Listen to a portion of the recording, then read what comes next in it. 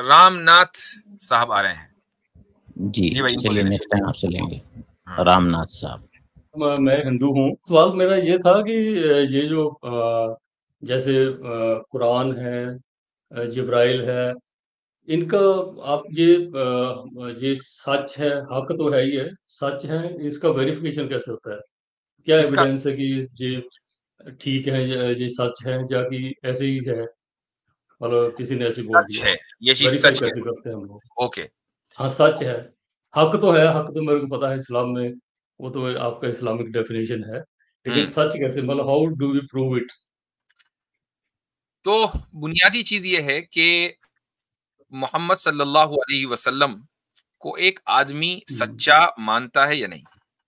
अगर वो आप सल्लल्लाहु अलैहि वसल्लम को सच्चा मानता है, और सिर्फ मानता नहीं बल्कि जानता है, और ऐसा सच्चा कि जिसने अपनी जिंदगी में कभी झूठ ना बोला हो और उसके पास कोई वजह ना हो झूठ बोलने की, तो फिर जाहिर है कि फिर वो जो बात कह रहा है वो बिल्कुल सही कह रहा है। वो शख्सियत जो बात कह रही है वो बिल्कुल सही कह रही है।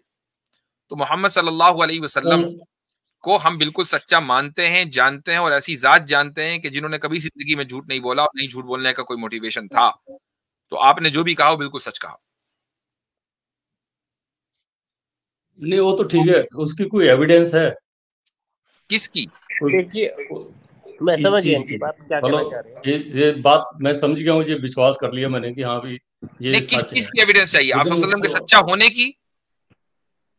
नहीं, सच्चा होने उनकी एविडेंस नहीं चाहिए, इनकी जो अल्लाह है उसकी एग्जिस्टेंस की चाहिए कि अल्लाह मेरे को how so that I am able to feel him, see him.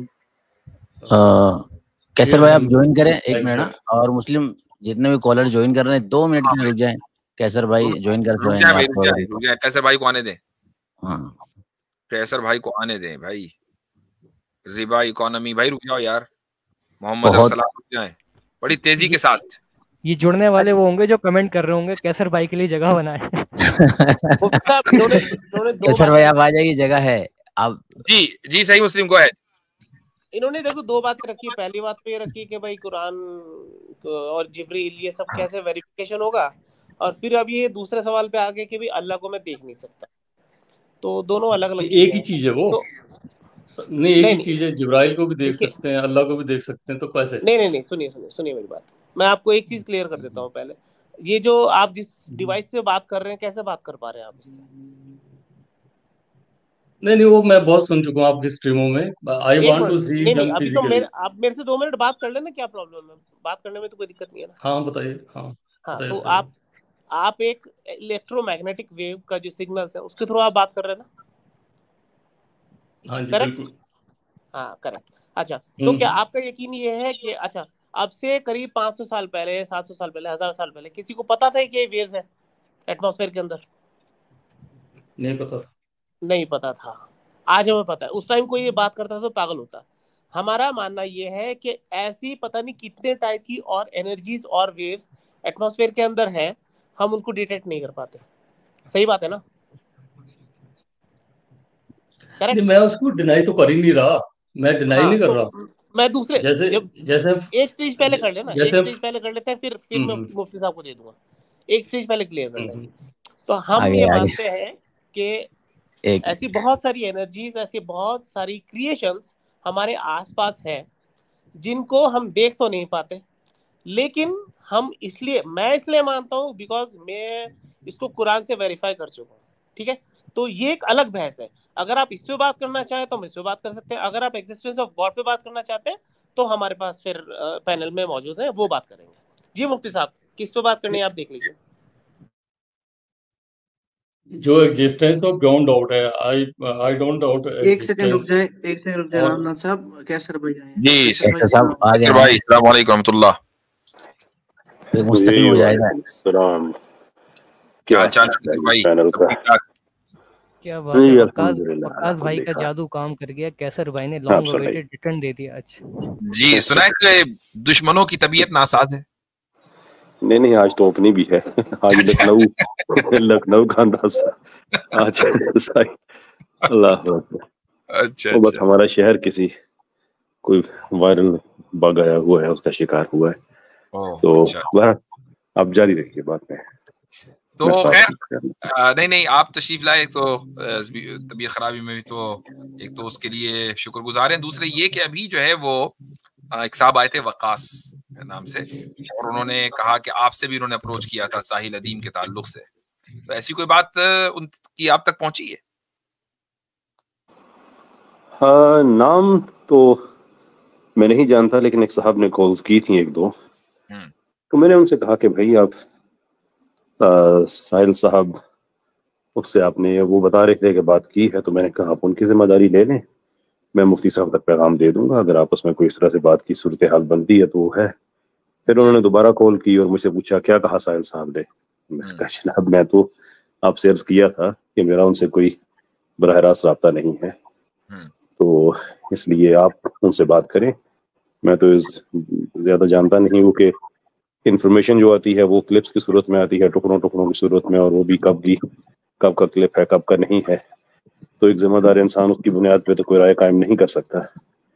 अभी साहिल साहब पे वो जो कोई सिंध में जो केस वगैरह हुआ, वो जिस क्लिप पे, वो भी पता नहीं कितने साल पुराना क्लिप है, तो ये जो बातें उन्होंने कहीं कब की हैं, उसके बाद उन्होंने कुछ कहा नहीं कहा है, तो कुछ भी नहीं पता मुझे।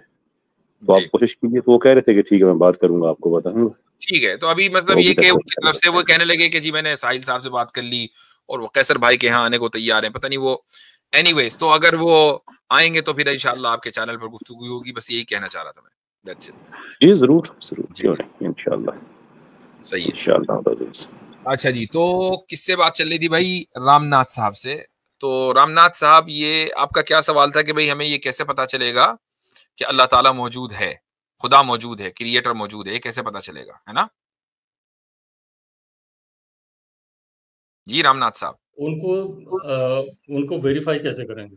वेरीफाई कैसे करेंगे? कैसर भाई कुछ आप कहना चाहेंगे? हमारे पास 5-8 मिनट ही है बस। जी जी वेरीफाई किस चीज को कैसे करेंगे? खुदा को। बड़ी सिंपल चीज है कि ये खुदा के हवाले से जो दावा है वो एक पूरा कॉन्स्ट्रक्ट है, एक बुनियादी सवाल से कि क्या ये चीजें खुद ब खुद हैं, मज़ाहिर है, फिनोमेना जिसे कहते हैं, या इसका बनाने वाला है। और इस स्टेज पे हम अल्लाह ताला की बात नहीं करते हैं, हमें क्रिएटर की बात करते हैं। तो कोई हमें एक ऐसी चीज, दो चीजों को इकट्ठा करके देखनी होगी, एक जिसको हम कहते हैं द एविडेंस ऑफ कॉज, और दूसरे है कंटिजेंसी। इन दोनों को मिला के कोई एक चीज ऐसी दुनिया में सामने आ जाए जो खुद ब खुद वजूद में भी आ सके और अपने फंक्शन और अपने पर्पस का, यानी अपने एग्जिस्टेंस और अपने फंक्शन की वो खुद एक्सप्लेनेशन भी दे दे, तो फिर खुदा की कोई जरूरत बाकी नहीं रहती है। लेकिन अगर हर चीज ही कंटिजेंट है और ये जो चेन है पूरी पोजेशन की, ये पीछे चलती चलती चलती एक फिलोसॉफिकल नेसेसिटी पे खड़ी हो जाती है कि इस पॉइंट के बियॉन्ड कोई एक ही जात हो सकती है जो कि फर्स्ट कॉज है, जो चीफ कॉज है, उसके बगैर कुछ भी एग्जिस्ट नहीं कर सकता। आपने कोई प्रॉब्लम सॉल्व नहीं किया है। तो असल में ये इतना सिंपल मामला है, लेकिन जाहिर है जब इसकी गहराई में जाए तो इसमें और कई नुआंसेस हैं।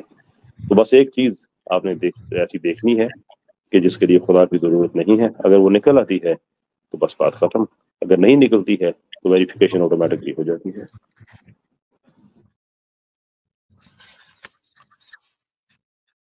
ठीक है भाई।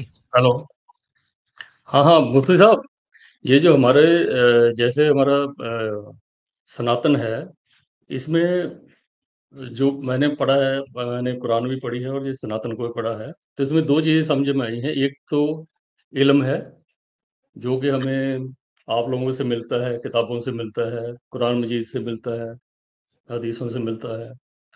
और दूसरा जो हमारे इसमें सनातन में जो जिसको माना जाता है उसको कहते हैं ज्ञान। ज्ञान जो है वो बताया गया कि वो किसी के बताने से, जहाँ पढ़ने से वो नहीं होता है।